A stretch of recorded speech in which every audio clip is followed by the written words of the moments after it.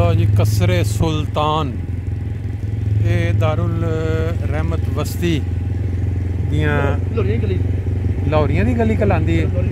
लो जी पता लग्या लाहौरियां दी गली के नाम तो मशहूर है कि दारुल रहमत बस्ती।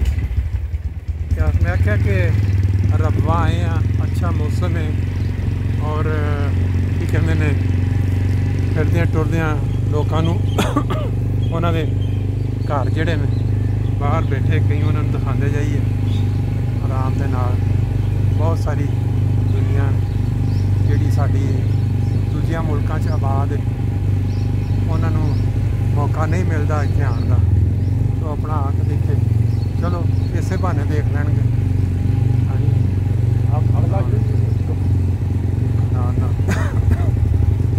दारुल रहमत बस्ती माशाल्लाह घर देखो तुसी कैसे कैसे बड़े कार और खुले।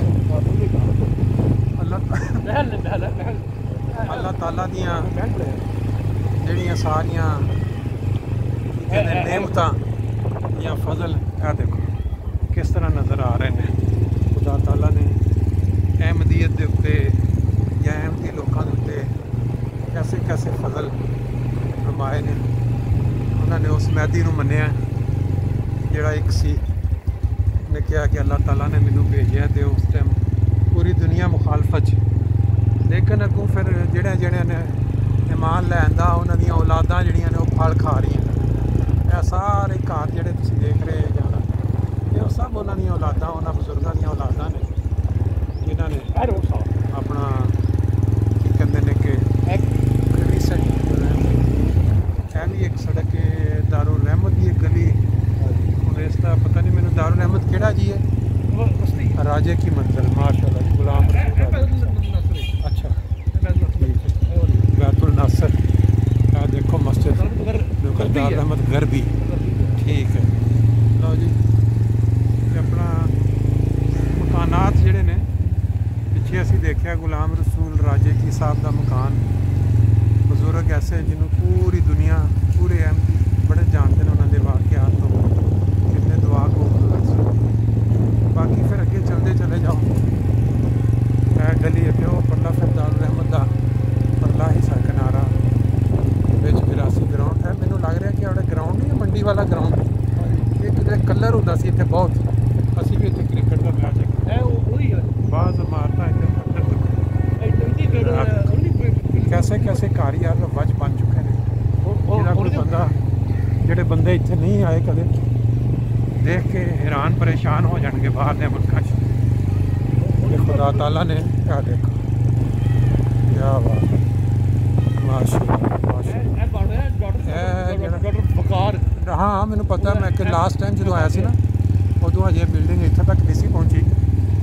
देखो जी हर ग्राउंड जो इत्थे नज़र आता है फुल ग्रीन और दरख्तां नाल साइडों पे बेहतरीन पौधे।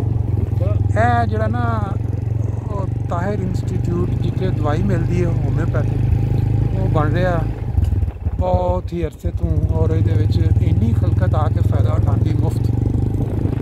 एक वक्त सी कि जमात आगाज़ दे विच चंदियां दी अपील होंदी सी कि लोग हुण एक वक्त आ गया कि पूरा पाकिस्तान आके इत्थों इस्तेफादा कर रहा है। देखो कार है कि अच्छा ये फायर ब्रिगेड का ऑफिस है जो जमात के अंडर है ठीक है वेरी गुड। देखो जी घर ऐसी है फैक्ट्री एरिया दे मंडी गरबी चल रहा जे इधर मैनू लगता है स्विमिंग पूल है। स्विमिंग पूल हूँ गर्मियों के पता नहीं इस दफ़ा खुल सकता कि नहीं खुलता, लेकिन बड़ी वड्डी सहूलत है रब्बा वास्ते। देखो जी सैयद मकबूल यार जी बड़िया झोंपड़ियाँ ये मतलब मैंने किसी दसिया ट्रेन भी आ गई झोंपड़ियाँ के जो लोग रहते ना इतने इन्नी तरक्की कर गए हैं इन्होंने अपने अपने रक्शे बनाए ने सोलर दियाँ इतने इन्होंने स्लेटां लाइया ने बिजली वास्ते अगे आएगी झोंपड़ियाँ तो लोग आते हैं मुख्तलिफ सीजन इतने आके डेरा लाया वो बाद फिर इन्होंने रक्शे सामने रक्शे बनाए ने समान देखो सोलर की प्लेट लगी है बिजली वास्ते। क्या बात है, क्या बात है ना, बड़े अमीर होने वाले तरक्की की इंतहा हो गई है। जानते जानते चलदे मेरी नज़र पै गई इत्थे एक ये जी, यहाँ पेंचर लगाए जाते हैं। पेंचर अपना साइकिलों के या रक्शे दे गड्डी मोटरसाइकिल। किन्ने अरसे तू करदे जे किन्ने साल तो? माशाअल्लाह खुदा ताला ने वेखो जी रिज़क कमाण दे कैसे कैसे जराए पैदा किए ने। जो इंसान मेहनत करना चाहे, रिज़के हलाल कमाना चाहे तो फिर अल्लाह ताला उन्होंने बरकत भी पा दिंदा है। तो वो भी है ने लोग जेडे बैक ते जिन्होंने अपना मंगा के सारा काम करना चाहिए। ये भी मेहनत करके कमाना। तो किन्ना क तुहाडे कोल अपना आ जांदे ने दिन दे विच पेंचर डेली? अच्छा, तो की लैंदे मोटरसाइकिल पेंचर का ते गड्डी का? ते तुहाडे कोल बिजली हैगी इत्थे? अच्छा, उत्थों लेंदे जे। बड़ी गल है जी, अल्लाह ताला देने वाला जी, रिज़क अल्लाह ताला देना, बंदा सिर्फ मेहनत करे ना जी तो सब कुछ।